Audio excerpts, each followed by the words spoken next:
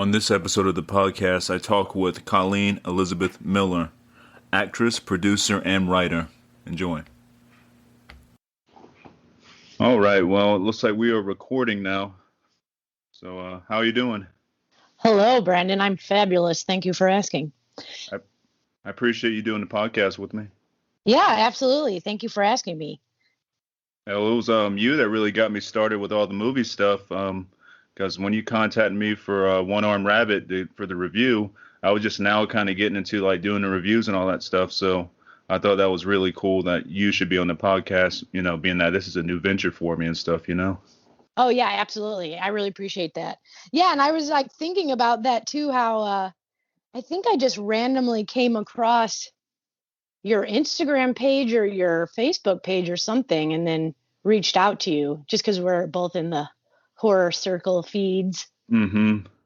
Yeah. That was great. That was like a good omen because pretty much after that, I started building up more. Like I was like, oh, I'm going to get a real website this time, all this stuff. Like now I'm doing a podcast. So I'm just constantly kind of building and like you kind of helped started all that. So it's really awesome. Oh, that's really cool. Yeah, that's good to know. And you are my go-to guy too for reviews. I know you'll always be there for me. Oh, I always got you on reviews. Everything I review from you is always awesome. Like, so yeah, you're definitely always on my review list. That's for sure. Thank you so much. Mm-hmm. How did you get into like film and acting in general? Well, in general, to be honest, ever since I could think or remember, I wanted to be an actor. And I've always been kind of into the more eccentric style of things.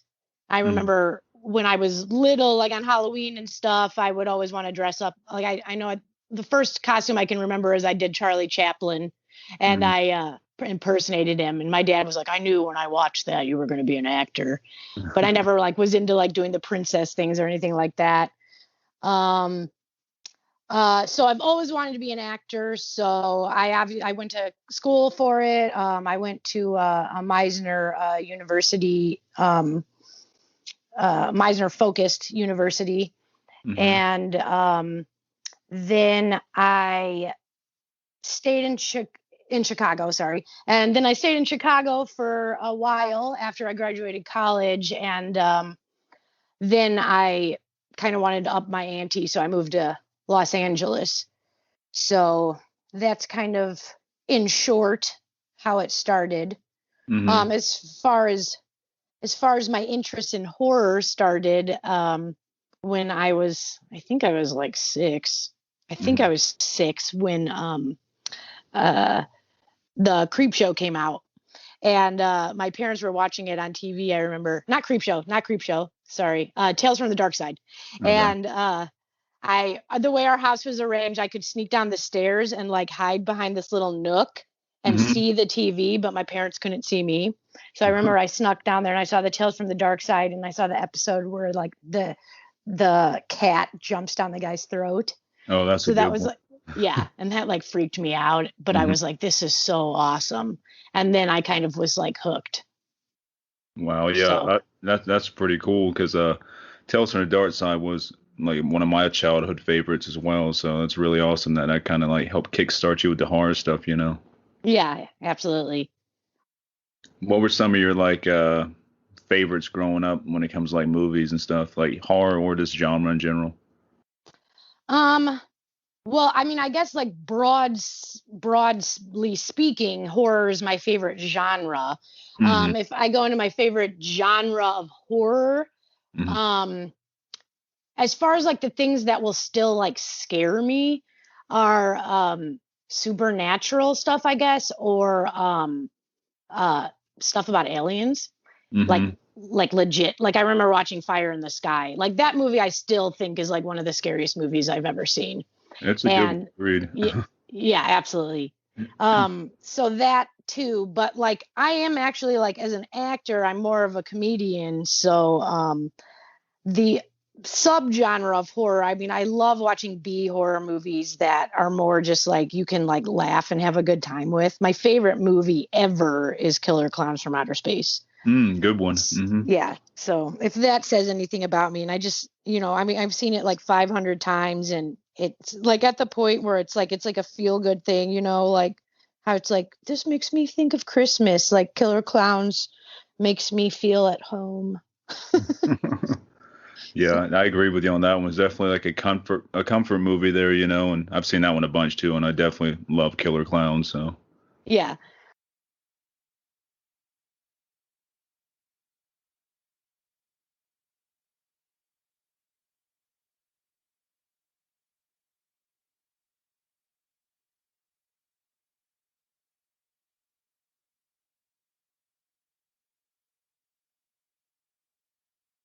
I'm trying to think what we were talking about there before got cut out. I think we are talking about Killer Clowns and some of your favorite like genre movies and stuff.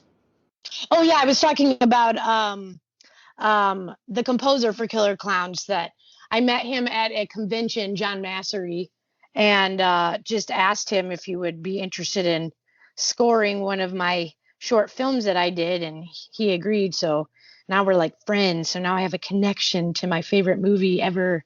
So it's really cool. That's really awesome. Yeah, Yeah, it's awesome meeting like the people you look up to and stuff, and get in contact with them and everything. absolutely. Who's some other like famous folks that you like got to meet that you've always wanted to meet and all that? Huh. Huh. Well, I met the Chioda brothers as well, who made Killer Clowns at a Hmm. convention, but that was just more of like a, hi, will you sign my DVD? Because I'm a geek. So that was cool. I've met some famous people, but I haven't ever gotten really the chance to meet like one of my uh favorites, I guess. What's the word I'm trying to think of? My Like Idol. heroes. My hero. Okay. Yeah, or idol. Yeah, yeah, Hmm. yeah. So uh yeah, I'm trying to think. I think that was probably the biggest thing for me. It's odd like living in Los Angeles, because you do occasionally like random things will happen. Like I went over to a friend's house like a few times to work on some stuff with her, and every time I was going into her house after I parked my car, I would see Molly Shannon walk by, Oh wow. like just on the street. Like I'd just cross paths with her and I'd be like, that was Molly Shannon, but I gotta play it cool, of course. But I'm Yeah. like, so she obviously must like live around here. But that's like, so it's still like, it still is, even though I'm like in the acting business, it's still, when you like have things like that happen, it still is like a little like uh starstruck, I guess, a little, you know what I mean? Oh yeah. It Or was the I was same. Oh, what? go ahead. Oh, No, go you go ahead. ahead. You go Oh, ahead. I was saying, it's the same. Like I was in a metal band for like 16 years and did a lot of touring and everything, and I've got to meet and talk to some of like my heroes, but it's Uh-huh. always weird. Like we're doing the same job, but I find it weird, like meeting people I look up to. Like I don't want to like a fanboy or nothing like that. So it's like, what the hell do I Yeah. say, you know? Yeah, you like want to like play it cool and stuff, but then at the same time, that's probably like coming off that you're trying to do that. Hmm. Yeah. So it's like, I'm totally not being myself right now. And I really wish I was, because I should be, but we're on the same level. We're on the same level, Yeah, yeah. but you're not really. What actors and all did you look up to growing up? Like, who were some of your favorites, and who are some of your favorites like today that you still like look up to and like? My favorite actress is Kathy Bates. Nice. And of course, I saw her performance in Misery and then in Dolores Claiborne. And I Hmm. just think that she's amazing. And on top of that, just the fact too that she gets to be a character actress, and she's not just in movies because of her looking perfect. You know what I mean? Like Hmm. they actually like found somebody raw and real. And uh, my favorite actor is Gary Oldman, again, because he's Nice. such an amazing character actor. He's never the same. He's never the same person in anything he does. Right. And he's also very lucky that he gets to work with these awesome makeup artists that get to make him look different every time too. Like I'm super jealous of that. I feel like yet to be in a movie where I get to have like a complete transformation like that, you Mm-hmm. know, other than Yeah. having like tons of blood splashed all over me, but you know, that doesn't count. Yeah, that's a great like twosome right there to follow. Like both of them are really awesome, especially Yeah. Gary Oldman. Like he's the best Dracula ever in my opinion. Well, one of them, sorry, like Bela Lugosi and all that's awesome too. But he had his own thing. Like Oldman made him in like his own like Dracula, and Oh like did yeah, his thing with it absolutely. like he always does. You know. Yeah. He's my favorite Dracula as well. And that's not just because he's Gary Oldman. It's also because it just is my favorite. Hmm. Yeah. Yeah, his that film would probably rank up in like my top 30 of all time. Like maybe lower than that, but Bram Stoker's Dracula is like one of the best. Yeah, absolutely, for sure. And it's cool with like Kathy Bates, like all the different roles she can play. She can play horror, she can play comedy, she plays everything in between. I think that's an awesome talent. Yeah, exactly. And that's why like I mean I consider myself a character actress as well. And then I think that's why like it's a great idol to have, because like if I ran into Kathy Bates, I mean that would be something, you know what I mean? Or Hmm. Gary Oldman, I wouldn't even be able to talk. I'd probably like make a total fool of myself. I just like sit there and stare at him. I also think he's very attractive too, so it's like, you know. uh, he killed it in what was it, True Romance, I believe. Like, That's my oh my favorite goodness. character of his. Yes, Yeah. Drexel. That's Hmm. my 100% favorite character that he did. Um, I would have said that if you'd asked. So yeah, definitely. Yeah, that's like probably my number two or three for roles with him in it. Like, Dracula's number one. I would say that's probably my number two. That's a badass role. Hmm. Did you see like the deleted scenes for his character for that movie too? Um, Ever? I I don't think I've ever seen the deleted scenes from that one. No.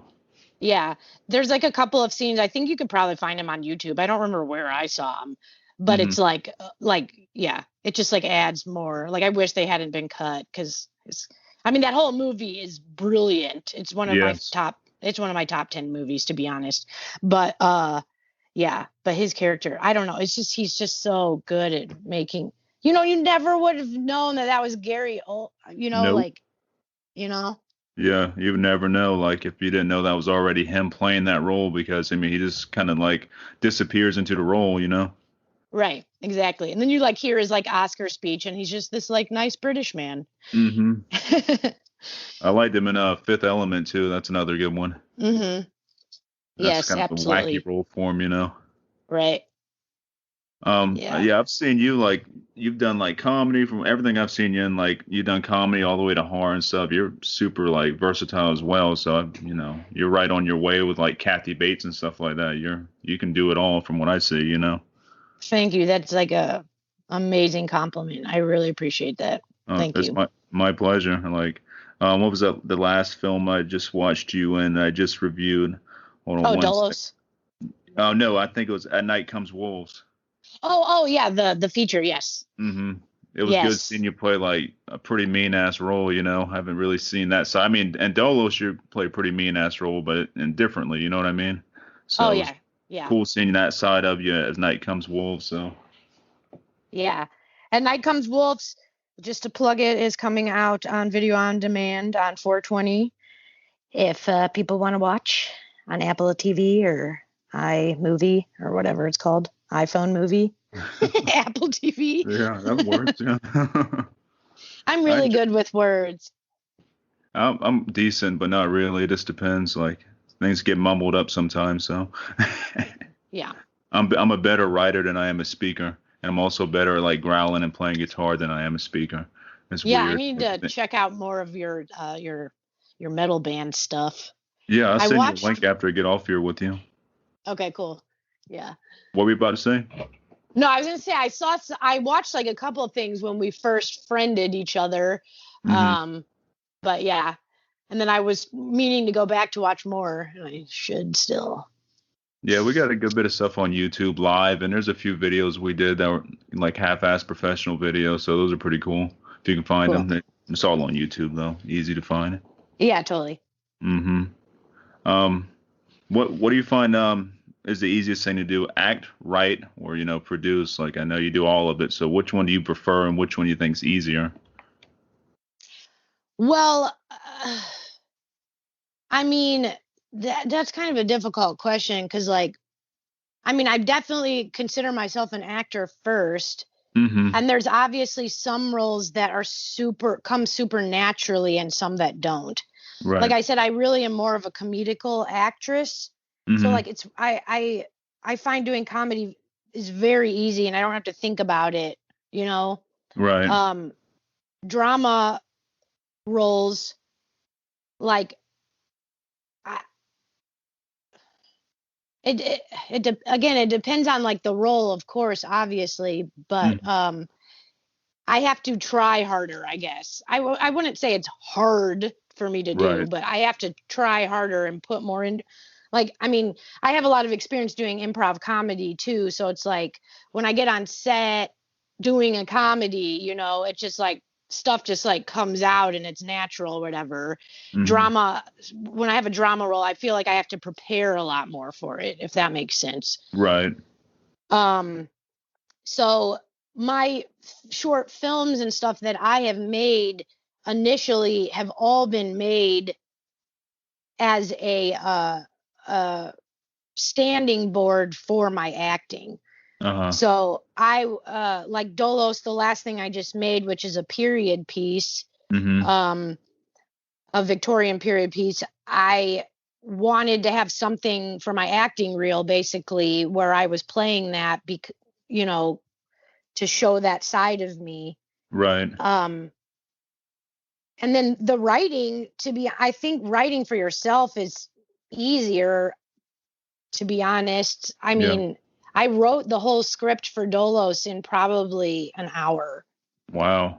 And And Dolos I is mean, killer, by the way. So you already know that. I already told you and reviewed it. But yeah, Dolos is yeah, really killer. thank you. I appreciate that. And Mm. obviously, it's a short, so I don't want anyone to Right. like think she wrote a whole feature screenplay in an hour. but, um, but yeah. So the directing stuff, though, I'm learning as I go. Like, I didn't go to film school. I went to acting school, which was actually theater based. Mm-hmm. So, uh, One Armed Rabbit was my first short film, and I literally came up with One Armed Rabbit because I was like, I want to shoot a sketch where I'm doing stage combat, Mm-hmm. but I knew comedy is my strength, so I was like, I want to do funny sort of a funny sort of stage combat thing. Right. And then, of course, I'm heavily influenced from Evil Dead, of course. And I was like, oh man, I'm going to fight myself. So, again, with One Armed Rabbit, too, which is a 10-minute short, I wrote the script in probably half an hour. And Mm-hmm. then I got my friend who is a professional stunt choreographer to help me, choreograph the fight scene. And then I was just like, I made myself, I'm going to have to do this. And I didn't know what I was doing. It was me. And I got my friend who's a DP, and I had a sound guy. And then I had two other friends there that were just like helping out. And, we shot it all in one day, and from like sunrise to sunset.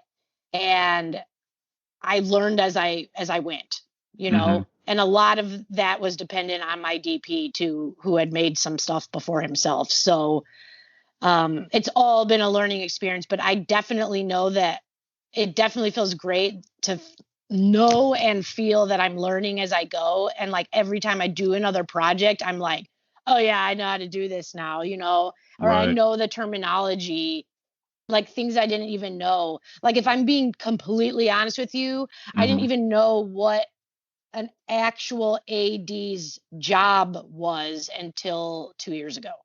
Okay. Like I thought an AD, which is assistant director, was Uh-huh. basically a co-director, and I was so wrong about that.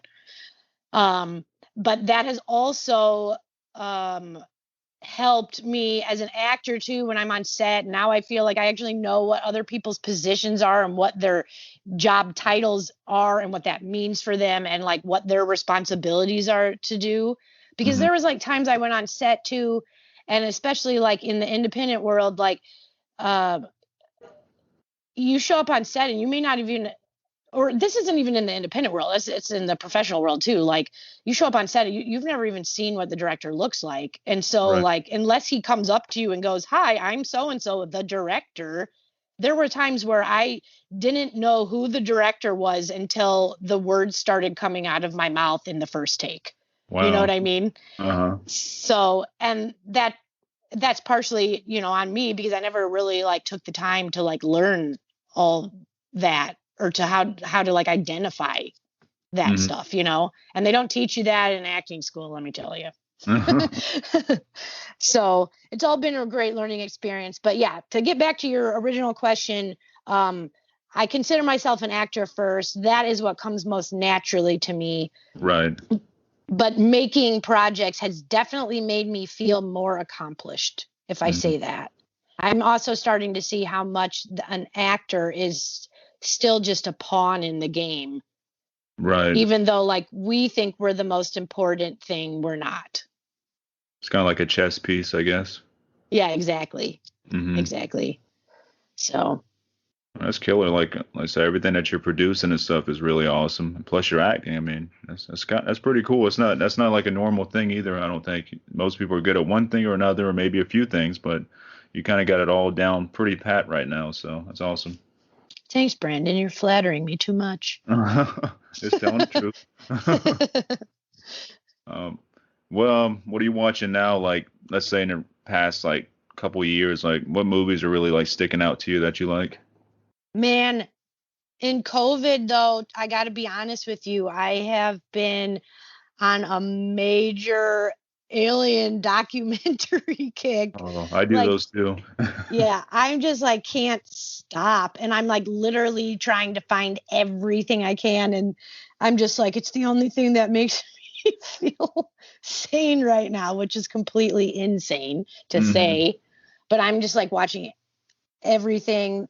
The the the kid with his camcorder, even, who just uploaded it onto Amazon himself. I'm Uh-huh. watching those. I don't know. So that's what's been going on in the very recent future, or recent past. Hmm. Um, let's see though. What was the last movie I saw that really? Because I started putting on my Facebook. I put movies on my Facebook because I have a trouble like remembering titles of things. So Hmm. like when I watch a movie, I post it on there, um, so that I can remember what I watched recently. And then, I started putting little like stars, because sometimes people would be like, "Was this good? Did you enjoy it? Like, why are you Right. posting this?" And Hmm. so I started putting the little stars.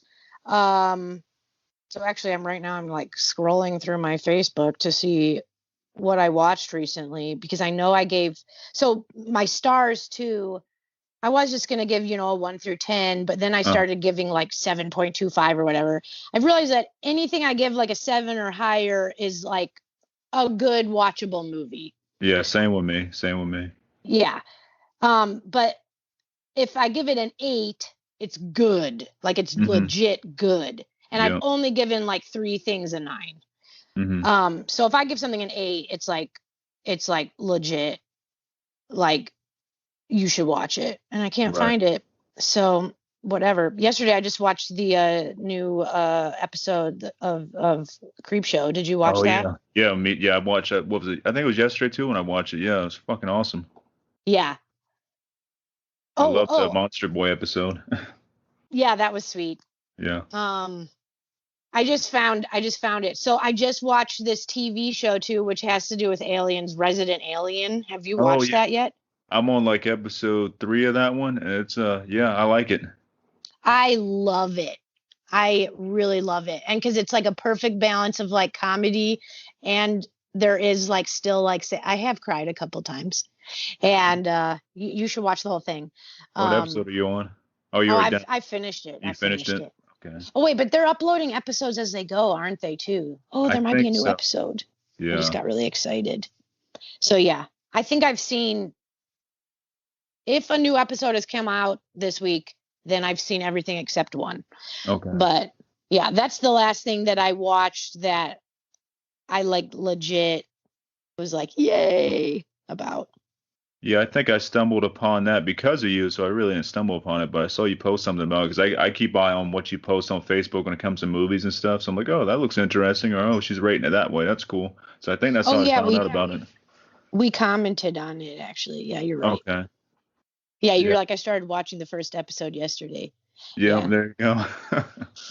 I keep track You're of my movies on the IMDb app or whatever, Internet Movie Database app, because I watch so many damn movies I forget titles and stuff, and I like to go back and look at right. info, who did what, and all that shit, nerd out on all that. So Oh, I didn't know you could do that on IMDb. Like you yeah, just like rate it or something and then it uh-huh. makes a list or You something. rate it, you can and it adds it to your list of what you watch. It even breaks it down like what you give 7 stars, what did you give 10 stars, and all that stuff. It's pretty Oh. comprehensive. Oh, sweet. Maybe I should do that instead of like filling my feed with just Colleen's watching this, Colleen's watching this, and then I look like a total like loser because I watch like 8 movies a day. No, I think that's cool. I do the same shit on Twitter. Like, I don't do it all on Facebook because nobody really cares when I post on Facebook. But if I post on Twitter, sometimes I get a couple likes on that, like this is what I'm watching, or Instagram, I do the same thing, throw it up in my story or something. Yeah. That way people have a good reference to what's good out and, what sucks. Hmm. But there's another app you can use. It's called Letterbox. It's more of like a kind of more like it's more of a group type thing. Letterbox is like you see your friends' like comments or reviews on stuff. You can leave your reviews, but Letterbox is pretty cool if you haven't checked that one out. Okay, cool. I will check it out. Hmm. Yeah, I enjoyed the new Creep Show, by the way. That was good. Yeah. I've been like waiting for that. And Hmm. then I saw like a week ago, I was like, Creep Show's out too. And I was like, I got all excited. And then it was on because it posted it on Shudder or something. And then I Hmm. was like, oh, it doesn't come out till the 4th. And then I got really depressed. It was worth the wait though. Yeah, it was.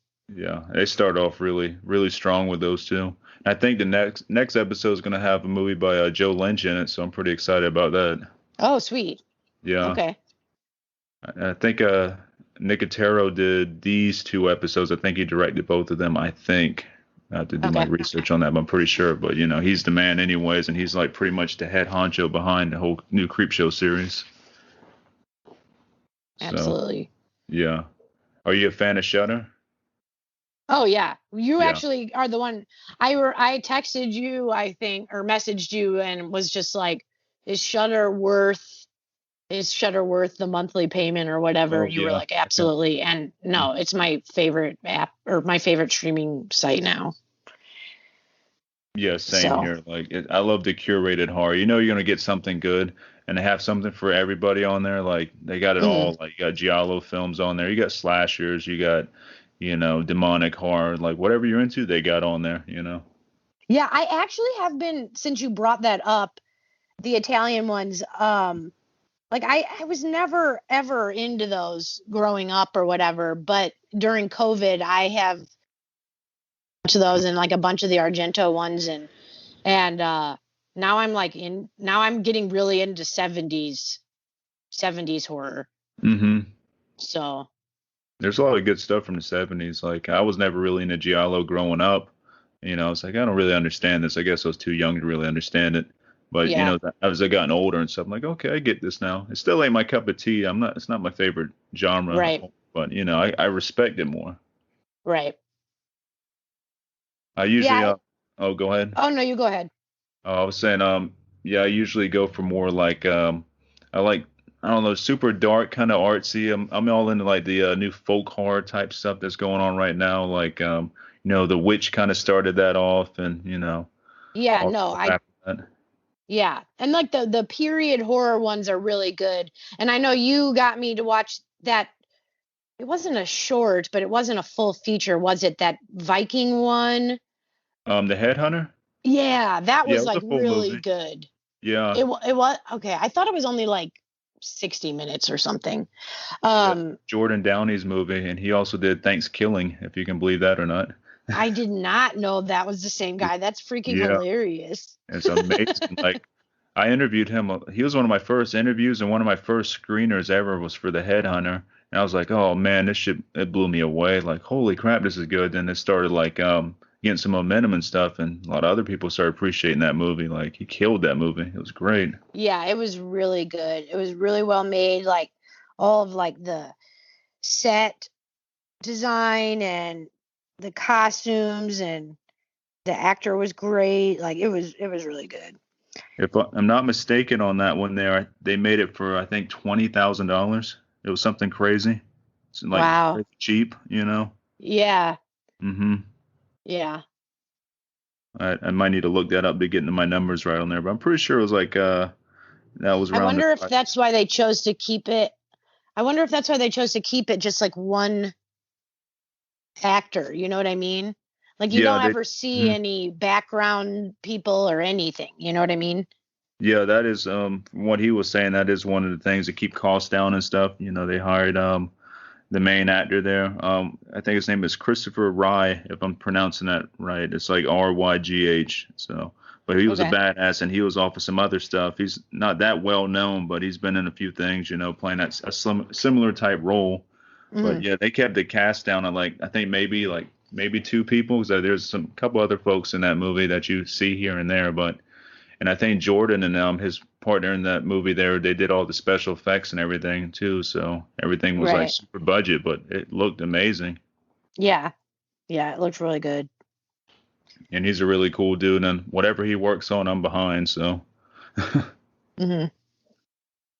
have you checked out anything from Spectre Vision? Are you a fan of theirs? No, I haven't even heard of that. Oh, you got to take that Wait, rat trip wait, down the rabbit hole. What's that? wait. Is Spectre Vision a streaming service or is that like a film company? Their film company is owned by Daniel No and Elijah Wood. Oh, wait, no, yeah, and they have a thing on they have a podcast on Shutter, right? Yes. Yep. Yep. Oh, yes, no, I've seen their I'm ridiculous. Of course I know who they are. And I know, and that's what I was going to say too, because when you started talking about your genres, because I was instantly going to be like, you mean like Color Out of Space? Because I know you put that as like your top 10 Yeah, yeah, that of was the definitely year. top 10. And there's some Yeah. weird shit that happened with Richard Stanley. I don't know if you heard about that, but I talked about it in one of my podcasts I did here, one of my recent ones. Because I got to interview Richard Stanley and everything. That was like my number one podcast I had up there. I was super proud of it.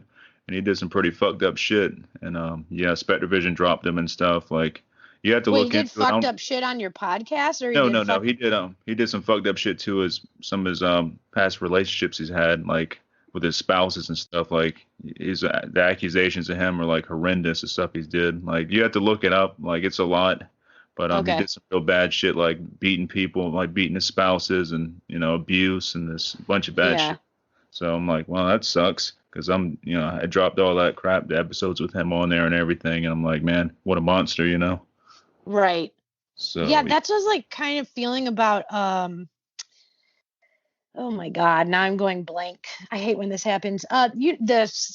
Very famous, most famous Scottish actor who's in the 007s. Sean Connery. Yeah, Sean Connery. Uh-huh. Like, did you hear about all the stuff with him too, with his Yeah, wife? And then it was like he passed away, and everyone's like, what? And I'm like, he like beat his wife. yeah, did some I'm fucked up like, shit. yeah, I'm like, I don't want to, I'm not happy anybody dies, but I'm like, I'm not going to be like, Right. I miss you, Sean Connery, or whatever. I don't know. There's so much PC stuff though that you have to like play with nowadays. Right. I feel like I can't even like give an opinion anymore. I'm scared of what backlash it'll get. Right. So, But yeah, Color Out of Space was, still a good movie. I can separate a little bit from, because there's other people that worked on that film besides him. So, right. I can give that part credit. Just, his dumb ass can do whatever. But Spectre Vision, like they do, yeah, have you ever seen A Greasy Strangler? Uh, Oh man, I highly recommend that one. I think that was the first Spectre Vision film to ever watch. It's a horror comedy, and it's fucking crazy as hell. So you got to put that on your list of must watch. It's Wait, Greasy what's it called Strangler. again? The Greasy Greasy. Strangler. Oh, Wait, I might have seen that actually. Like I told you, I have a really hard time remembering titles. Hmm. Um, I'm actually like looking at their list of films right now too. online. And I really like Cooties, and I knew Elijah Wood was in that, but I didn't know that it was part of that company. Mm-hmm. Daniel Isn't Real is good too, and then Yeah. Mandy, obviously. Yeah, Mandy's my like the favorite film. best. Mandy is the Yeah. best. You're correct.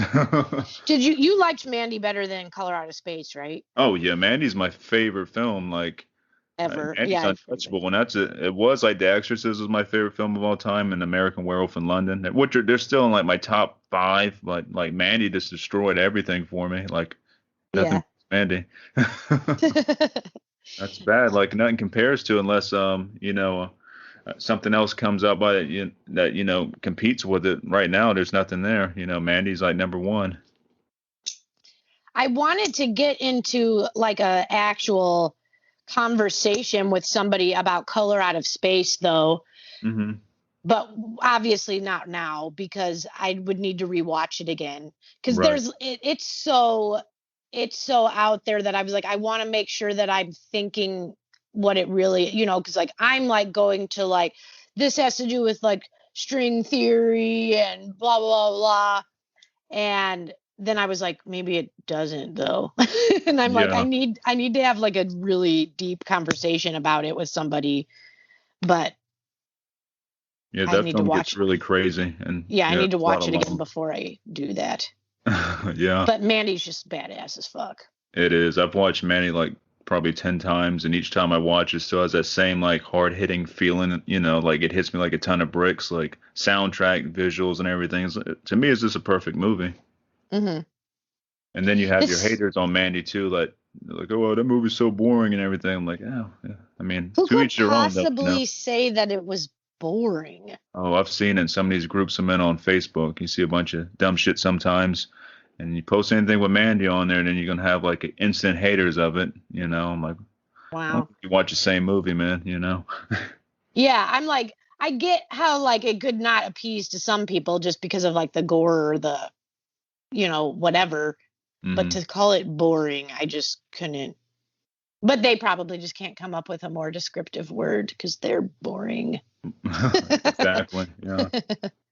It's like a feast of the eyes and the ears. Like the soundtrack's awesome. I listen to that all the time in my car. Like it will destroy your bass though in your car or in your sound system at the house. Like the lows are so low, like which is great. I love that, but I think it may have busted my speakers in my car, but that's okay. It's worth it. It's worth it for the soundtrack of my favorite movie. Yes. Even though I won't be able to listen to it again because I blew my speakers. Yeah, there's some there's like rumbling going on in there, and it doesn't sound right. I just made a synth track to go with the new podcast and everything because I've been like every intro I usually I was doing some like guitar riffs or whatever, real lo-fi shit. I would just record on my iPhone, but I bought a little a Kai keyboard and stuff, and like this podcast here, I have the synth intro to it and everything, and I added some super low lows on it too, so I may blow somebody's speakers out myself. So that's kind of cool. That's sweet, dude. Yeah, I've been getting a lot of like synth music. I mean, that's one of my things. Synth and horror goes together really well. Like if it's got a good synth soundtrack to it, I'm down with that. Oh no, it 100% does. And then I don't know if you've ever even watched some of like things and how they make like some of the like really like well-known horror soundtrack or composers or whatever. Mm-hmm. Like just using weird instruments or like things that aren't even instruments. Oh man, I did watch a really weird alien doc, and the guy, he made a couple of films and I think it's called The Guy Who Stared at Aliens or The Guy Who Stared at UFOs or something like that. And he actually made a couple of films like 20 years ago or whatever, and was kind of like starting to get some traction underneath him. And then his girlfriend passed away, and I guess his brother stole his whole life savings or something. But now the guy's just kind of like, a weird, well, I'm not trying to say judgmental words, but he's a weirdo.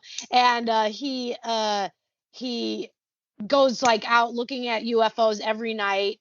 and but he also still makes music for indie horror films. And Mm-hmm. like they would show some of that in the documentary. Like he would just like go back behind his apartment. He had like a string he found that he like attached to the railing on the pool, and then the other end's attached to like a rock, and then he like strings like a stick over the string. Like it's, but yeah, but it does sound like really cool, and he's really good at it. Mm-hmm. So yeah, sorry, I go off on tangents, and then I'm like, why That's am I cool. even talking about this? I do the same Yeah, thing sometimes. You get on the yeah, subject, just keep going, you know. yeah. But yeah, so weird stuff makes for weird movies. Mm-hmm. Weird stuff makes for weird music for weird movies.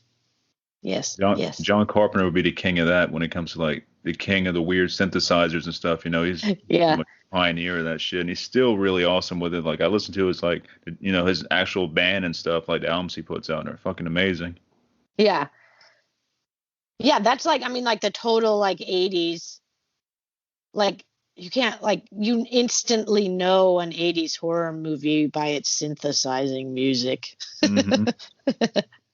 You definitely Yeah. do.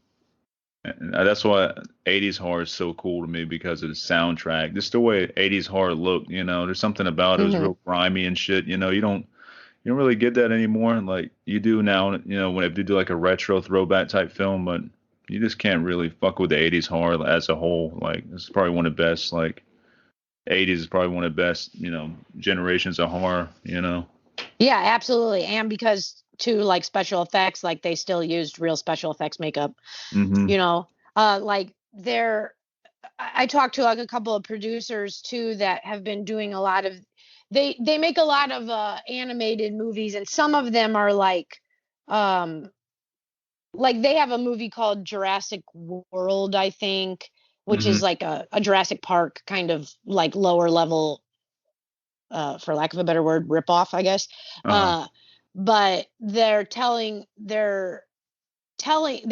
me that it's like you can't have anything like picked up and funded or produced by like a major studio unless it has major CGI in it and VFX, Hmm. because they're like the younger generation will see stuff and automatically think that has like SFX in it and think that it's bad quality or lower quality. So they're Hmm. like, we aren't, it won't sell to the younger generation because they just see that unless it has all this VFX and CGI, they're not going to buy it as being something worth watching, I guess, Right. which is sad. It is. It's a shame because I'm still like I was born in '85, so I kind of grew up at the ass end of the '80s, and like actually being Hmm. recognize what was going on. But yeah, like practical effects is always the way to go with me, especially when it comes to like creature features and stuff like that, like werewolves or whatever. If you're doing a mummy or anything like that, like practical is the way to go. Yeah. Yeah. It's I just think it was much more fun too. yeah. Yeah.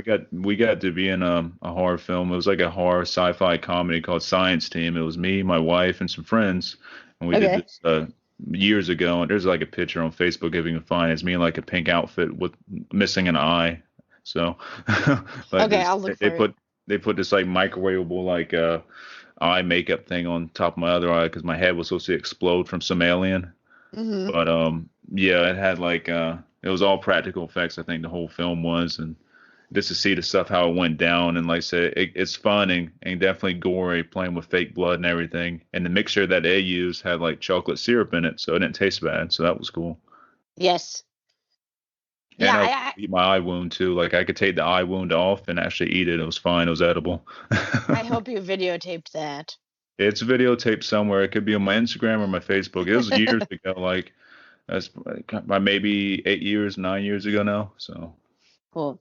Well, it's called Science Team. I'm sure you can find it. I don't know if Troma picked it up or not. They were supposed to pick that film up, but I don't think it ever really happened. But I'm sure it's out there on YouTube somewhere. Science All Team. right. I'll Yeah. check it out. I Uh, love trauma stuff. yeah, same here. I'm currently writing a script which is like going to be my first feature that I want to make in like trauma style.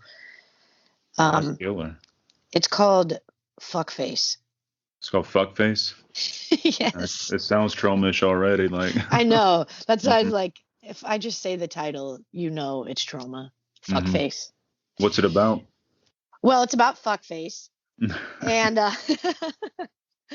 um basically the short of it is that fuckface as a young child gets traumatized by seeing his mother murdered right in front of him.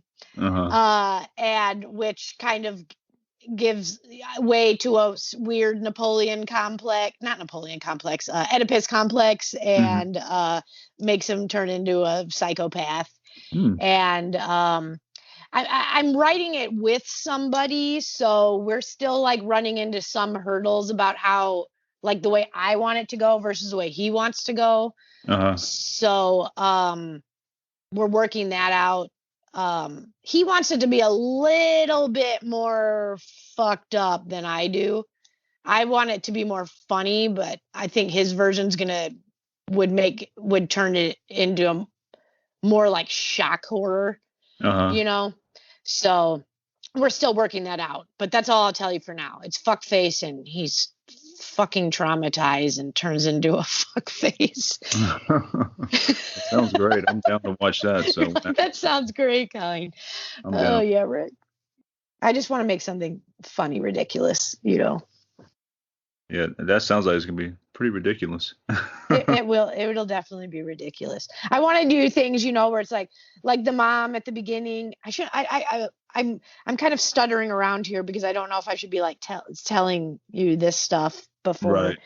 but you know, just like, you know, like in trauma movies, like someone will get hit by a car that's going like, clearly it's like an idle, it's going -1 mile an hour, yet for some reason when the car hits them their body just explodes Yeah. everywhere, you know, like I want to do stuff like that in it, that are just like so ridiculous and don't make sense, but we're obviously doing it on purpose. But like I want the audience to laugh the whole time. I don't want them to be, you know, like, Right. this is gross. I want them to laugh at it. I want it to be fun, you know. That's definitely something we need to after all the plague years and stuff we're going through right now. It's good to have something you sit there and laugh at and like, oh, that's fucking crazy as hell, you know? Yeah, totally. Exactly. So, Uh, what other things are you working on that we can expect to come out like in the future? I was set to shoot another short, which I wanted to shoot the short in hopes of maybe finding funding or distribution to get it turned into a feature, Mm-hmm. uh, which I think I told you a little bit about. Um, it's called a Kaleidoscope. Yep, I remember you. And I think you sent me something to read. I was a script or whatever, and it was awesome. So. oh, yeah, I did. Mhm. Okay, Yep. okay. I was supposed to shoot that before COVID, and it did not get shut down because of COVID. It got shut down because of some other snags. Mm-hmm. But that is the next thing on my list to actually shoot. But Nice. I'm currently, and I don't even know if you know this, so I've been staying, you know this, but I've been staying out in Oklahoma at my mom's during COVID. So now the industry out here has been really picking up. So even Uh-huh. though COVID was really devastating for most people, like as far as like the film industry goes, being out here in Oklahoma was really beneficial for me. And so now I'm debating whether or not I want to shoot it out here instead of going back to LA to shoot it. Mm-hmm. Um, but then like I really want to use the DP that I was going to use. So like it would be cheaper to shoot it out here because everything in general is cheaper out here. Plus, like I think the having a film made is still like a lot more exciting to people than in LA. So it's like I don't necessarily want to say this out loud and curse myself, but like Uh-huh. getting locations for free is like possibilities, you know, and things like Right. that. Where in like LA, it's like you have to pay for a permit and you have to pay for the location and blah blah blah. So Yeah. it could end up being cheaper to do it out here, but then like it's like again, I want to use my DP from there, so I would have to like fly him out here and Mm-hmm. pay to put him up, and so it's like the money I would be saving, I wouldn't be. And so I'm kind of in limbo about what to do with that. So, but that's my next thing on my agenda. Ooh, that's gonna be good too, because I love the script. Like, that's gonna be badass. Yeah. And I would say I think I told you what that's about, but I don't want to Oh say yeah, I that know what it's publicly about. yet. Yeah, yeah. Yeah. You don't have to It's give away those basically steps. a psychiatrist and his patient, and they're loosely based off of some well-known characters. Oh yeah. And that's all we'll say. Yeah, that's gonna be awesome. I really look forward to that one. Thank you. And hopefully you can get some cool spots in Oklahoma to shoot it at, or however you want to do it. However it works out best for you. Yeah. I've been slowly starting to switch gears in my head, kind of subconsciously, because it's like when I start to make these things, it's like I literally just like sit and brainstorm all day, every day, and 90% of the way that I make a film is literally just like sitting there staring at a wall, like visualizing things, and subconsciously I've realized that I have switched gears and I'm visualizing stuff out here as opposed to there. Right. So I think that means that it's probably going to happen out here, I guess. That's cool. Yeah. All right. Well, I'm probably going to wrap this up here in just a little bit or whatever, because I don't like to keep the podcast going on too long, because I know myself, I get sleepy at the end of the podcast when I'm listening to them. So. Absolutely. Yeah. Well, thank you so much for having me on. I really appreciate it, and it was lots of fun. Oh, it was awesome having you on. I appreciate you being on.